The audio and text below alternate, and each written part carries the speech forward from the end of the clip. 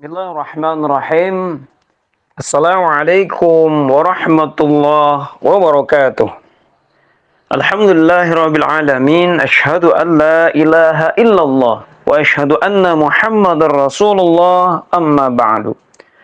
Bersyukur kepada Allah Subhanahu wa taala, salawat dan salam semoga tetap terlimpah curah kepada Nabi kita Kangjeng besar Muhammad sallallahu alaihi wasallam, kepada keluarga, para sahabatnya, dan mudah-mudahan kita semua diakui sebagai umatnya mendapatkan syafaatul uzma di yaumil qiyamah. Amin Allah ya rabbal alamin. Tentu siapa sih di antara kita yang tidak berbahagia ketika kita memahami Al-Qur'an, bisa menghafal Al-Qur'an, bahkan hafalan kita kuat. Tentu bagaimana panutan kita, junjungan kita, baginda kita Nabi besar Muhammad sallallahu alaihi wasallam, yang tentunya memiliki ingatan yang kuat, hafalan yang kuat, mudah menghafal, gampang menghafal, namun sulit untuk lupa. Beda dengan kita. Kita sulit menghafal, kita sukar dalam menghafal, tapi mudah untuk lupa. Masya Allah. Pemirsa yang dirahmati Allah Subhanahu wa ta'ala, maka tentu sebagai manusia yang Allah berikan anugerah pikiran kepada kita, diberikan otak oleh Allah Subhanahu wa ta'ala, diberikan pikiran oleh Allah Subhanahu wa ta'ala, afala yatadabbaruna al-Qur'an. Ketika kita mentadaburi, berfikir untuk bagaimana memahami, menghafal, belajar menghafal Al-Quran, yang tentunya berbahagia sekali ketika kita bisa menghafal Al-Quran. Pemirsa yang dirahmati Allah Subhanahu wa ta'ala, tentu ketika kita memahami Al-Quran, menghafal Al-Quran, satu anugerah yang sangat besar, pahala yang sangat besar Allah siapkan kepada kita. Letihnya, lesuknya, lelahnya kita tentunya diberikan pahala oleh Allah Subhanahu wa ta'ala. Maka bagaimana tata cara kita dalam menghafal Quran? Tentu bukan soal banyaknya hafalan kita, namun tentu usaha-usaha kita mau membiasakan, mau merutinkan untuk bisa belajar tahfiz atau menghafal Al-Quran. Berkaca kepada guru kami, Syahrani Al-Ghantari, yang tentunya kami bersama beliau pernah belajar beberapa tahun ini, yang tentunya memberikan gambaran kepada kita. Beliau mengarang metode tahfiz dengan melalui otak kanan atau bidimagil aiman. Subhanallah. Ini salah satu anugerah Allah Subhanahu wa ta'ala. Ketika memberikan satu pengajaran, memberikan satu cara kepada orang-orang yang Allah pilih, maka kita belajar metode tahfiz melalui otak kanan, bidimagil aiman, ini seperti apa. Dan subhanallah, Allah izinkan juga saya bersama Dewan Guru Al-Alim tentunya mendapatkan kesempatan untuk belajar, untuk mendapatkan sanad, jalur dari Syahrani Al-Ghantari. Subhanallah. Pemirsa yang dirahmati Allah Subhanahu wa ta'ala, fenomena hari ini sebagian besar dari kalangan umat Islam menghafal Al-Quran, kita lihat dengan apa? Tentu dengan otak kiri. Begitupun melakukan aktivitas fisik kita, menggunakan bagian tubuh yang fungsinya diatur oleh otak kiri. Tangan, kaki, membaca, ya, bergerak, menulis, mengambil sesuatu, dan lain yang lainnya. Nah, sistem pendidikan kita termasuk lebih banyak menekankan kemampuan bahasa, verbal linguistik, dan aspek logika matematis, logical matematik, yang juga tentunya ini diatur oleh otak kiri. Nah, aktivitas keseharian kita, membaca Al-Quran, hadis, majalah, menghitung, juga menggunakan otak kiri.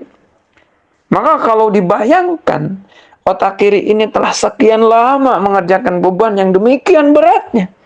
Sekian lama otak kiri ini mendapatkan ekstra beban yang begitu sangat.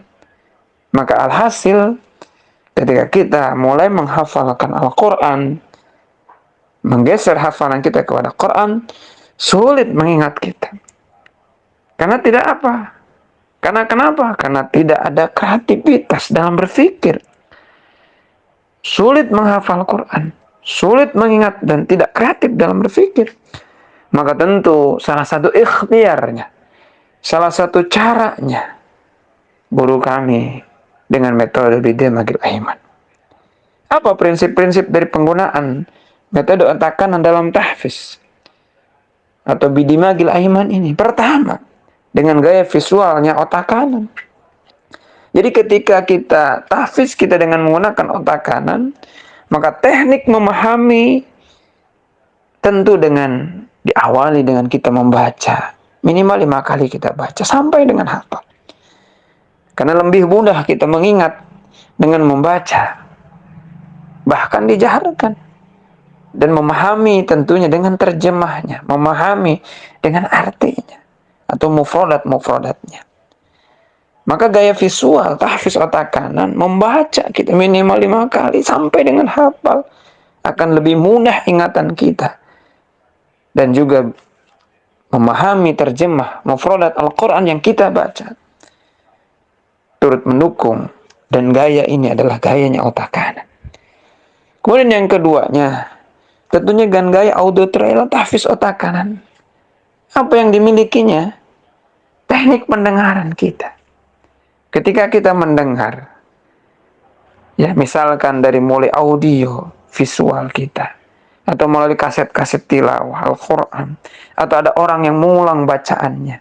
Bahkan kita juga mengulang dengan suara-suara yang indah, suara-suara yang merdu, bahkan suara-suara yang fasih dalam membacakan Al-Quran. Maka itulah gaya otak kanan. Maka itulah metode tahfiznya otak kanan. Maka semakin kita tertarik dengan gaya-gaya bacaan yang baik, yang merdu, yang indah, yang bagus, dengan nada tentunya, maka semakin kuatlah hafalan kita. Nah itulah dengan metode tahfiznya otak kanan.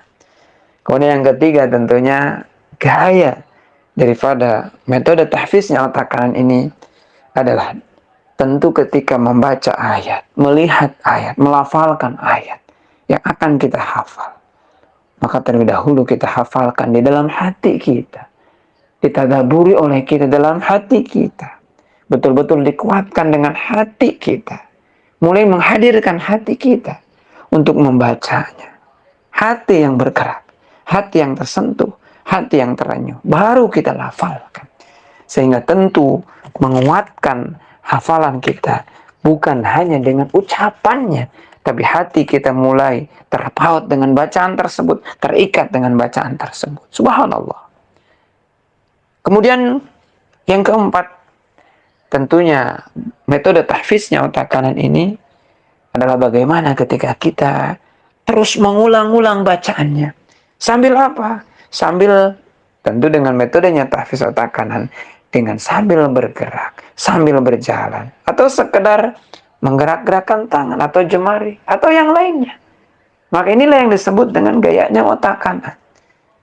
Tidak terpaku, hanya duduk saja, atau merenung saja, namun ada gerakan-gerakan, ada cara rileksnya, atau cara berjalannya, atau sekedar menggerakkan tangan atau jari jemarinya.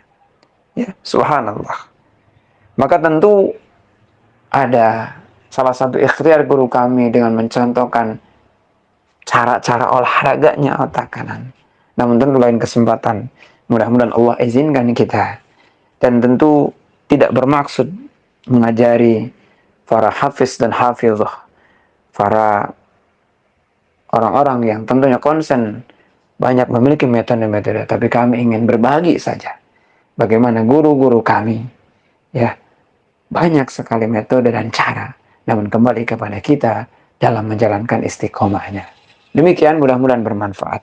Akhirul kalam, mohon maaf atas segala kekurangan dan kesalahan. Akhirul kalam. Assalamualaikum warahmatullahi wabarakatuh.